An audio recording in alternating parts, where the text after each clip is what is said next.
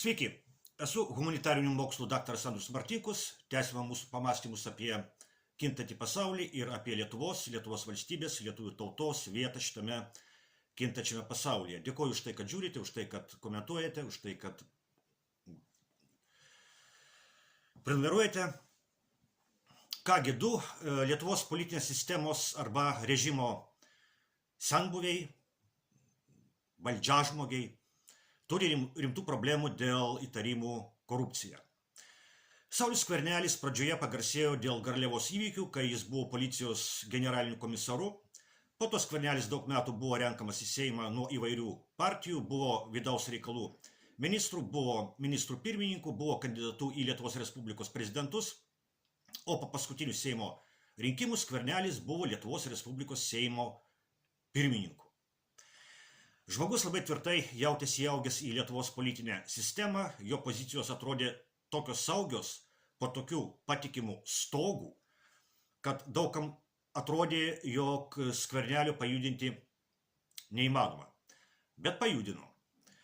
Ir kitas Lietuvos politinės sistemos arba režimo senbuvis, tai Dainius Žalimas, buvęs Konstitucinio teismo pirmininkas, taip pat buvęs kandidatų į Lietuvos Respublikos prezidentus, o šiuo metu esantis Europos parlamento narių. Vienas iš Baltarusijos opozicijos lyderių paprašė Lietuvos teisėsaugos organų ištirti, ar Žalimas skaidriai naudojo pinigus skirtus Baltarusijos opozicijai. Ir tuo pačiu metu Ukrainoje teisėsaugos organai pajudino Andrėjų Jermaką, žmogų, kuris buvo artimiausias Vladimiro Zelenskio bendražygis, o daug kas sako, kad Jermakas buvo Ukrainos pilkasis kardinolas ir net faktiškas Ukrainos valdovas. Vieni sako, kad procesas prieš Jermaką yra inicijuotas amerikiečių, nes šitie teisėsaugos organai, kurie pateikė kaltinimus Jermakui, yra sukurti amerikiečių iniciatyva, o Jungtinių valstijų prezidentas Trumpas laiko Zelenskį kliūtimi siekti savo tikslams Ukrainoje. Kiti sako, kad kaltinimai Jermakui yra vidinės politinės kovos Ukrainoje rezultatas, bet aš noriu akcentuoti kitą šios istorijos aspektą. Jau dabar Ukrainos teisme buvo paskelbta, kad Jermakas iš tikrųjų naudojosi juodosios magijos paslaugomis.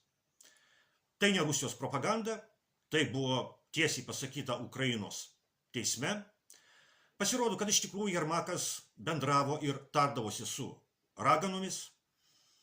Jermakas nešiojo, o gal ir tebenešioja apyrankę, kuri kažkiek laiko gulėjo šalia pūvančio lavono kape. O į pamatus namų, kuriuos sau statė Jermakas, Zelenskis ir keli kiti artimiausi jų bendražygiai, buvo pilama žemė paimta iš kapinių. Tai vyksta 21 amžiuje Ukrainoje, kurioje jau daugiau kaip 4 metai vyksta didžiausias karas po Antrojo pasaulinio karo pabaigos.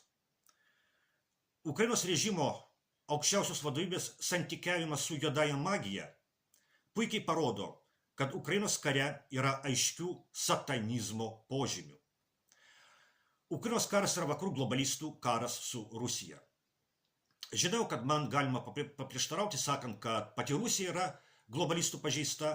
Galima sakyti, kad Rusija yra tokia pati kapitalistinė ir materialistinė kaip vakarai. Galima sakyti, kad Rusijoje per koronaviruso pandemiją valdžia elgėsi lygiai taip pat kaip ir vakaruose.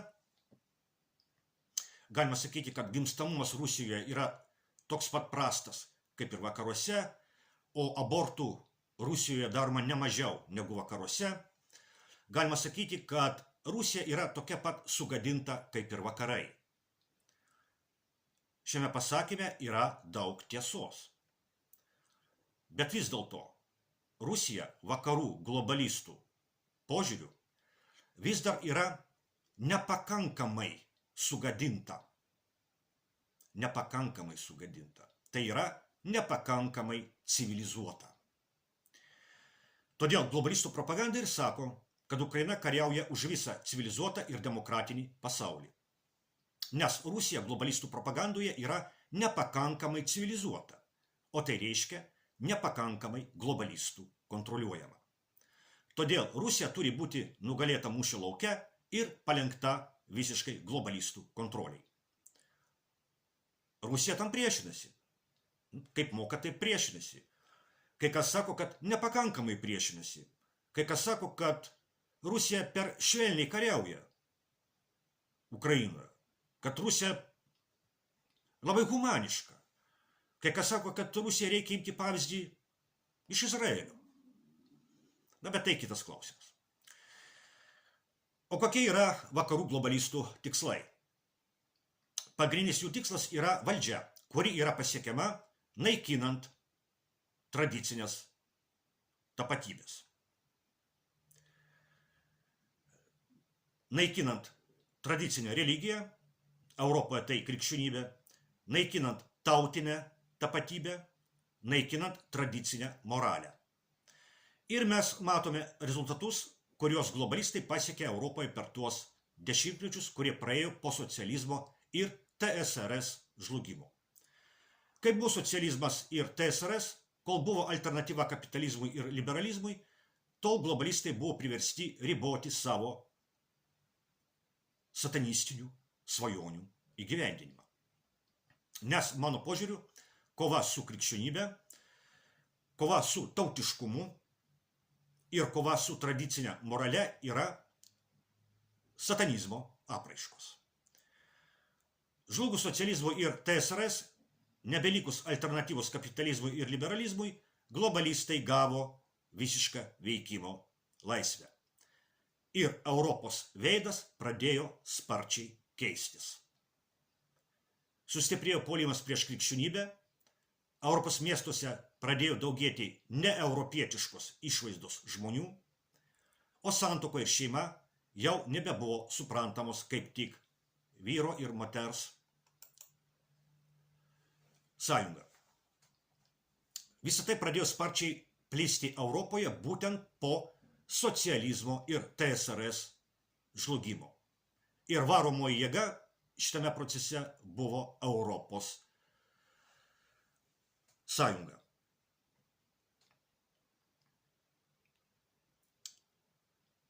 Galima pažiūrėti senesnius filmus, europietiškus, ir kaip jie skiriasi nuo dabartinės Europos būklės. Pažiūrėti tos europietiškus filmus, itališkus, prancūziškus, vokiškus, bet kokius, kurie buvo sukurti tuomet, kai egzistavo socializmas ir TSRS. Kaip skiriasi anuometinė Europa nuo dabartinės. Taigi Europos Sąjunga buvo pagrindinis globalizacijos variklis Europoje ir dabar pagrindinė Ukrainos režimo rėmėja kare su Rusija yra būtent Europos Sąjunga. Europos Sąjunga, kuri po demokratų pralaimėjimo Jungtinių valstijų prezidentų rinkimuose tapo pagrindinę globalistų tvirtovę. Ukraina kariauja už globalistus. Ukraina kariauja už tuos, kurie naikina krikščionybę, naikina tautiškumą, naikina tradicinę moralę. Ukraina kariauja už tuos, kurie Lietuvoje mažina lietuviškumą ir griauna tradicinę šeimą. Ukraina kariauja už tuos, kurie džiaugiasi, kad po 100 metų Lietuva išnyks. Nepamirškime Vytauto Landsbergio gerbėjas Nijolės Oželytės žodžių, kad po 100 metų Lietuva išnyks ir tai anot jos bus gerai. Kai Lietuvos globalistų propaganda sako, kad Ukraina kariauja ir už Lietuvą, tai reikia suprasti, kad Ukraina kariauja už Lietuvos globalistus. Tai yra už landsbergistus. Už tokius kaip Skvernelis ir Žalimas, kuriuos paminėjau laidos pradžioje. Už tokius kaip Nausėda, kuris bučiuoja Ukrainos vėliavą. Už tokius kaip Nausėdos numylėtinis užsienio reikalų ministras Budrys, kuris ragina pulti Kaliningradą. Už visus kitus Lietuvos valdžiažmogius globalistus. Kai 2022 metų pavasarį Ukraina ir Rusija Stambule jau buvo sutarusios dėl karo nutraukimo, į Kyivą atvyko tuometinis Didžiosios Britanijos ministras pirmininkas Borisas Johnsonas ir įtikino Zelenskį atsisakyti taikos ir tęsti karą. Mes matome dabar šito sprendimo pasiekmes. O juk jų galėjo nebūti. Galėjo nebūti milijono žuvusių ir suluošintų, galėjo nebūti sugriautų miestų ir milijonų pabėgusių iš Ukrainos. Ar šitas Johnsono veiksmas buvo įkvėptas Dievo ar šėtono? Man atsakymas yra akivaizdus. Beje, Johnsonas neseniai parašė straipsnį, kuriame džiaugiasi, kad gimstamumas Europoje mažėja, kad daugiau žmonių miršta nei gimsta. Pats Johnsonas beje turi net 9 vaikus, bet džiaugiasi, kad kiti europiečiai vaikų neturi. Vėlgi, iš kur šitas Johnsono džiaugsmas? Iš Dievo?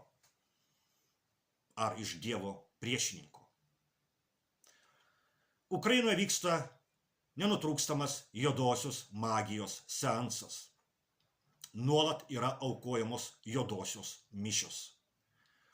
Ukrainoje yra persekiojama krikščionybė, naikinama istorinė atmintis, žmonės gaudomi gatvėse ir siunčiami į mėsmalę, propaganda be perstojo zombina žmonės. Lietuvos globalistinis režimas su pasimėgavimu dalyvauja šioje juodojoje magijoje ir juodosiuose mišiuose. Lietuvos vadovai glėbesčiuojasi su tais, kurie savo namų pamatus stato ant iš kapinių atvežtos žemės.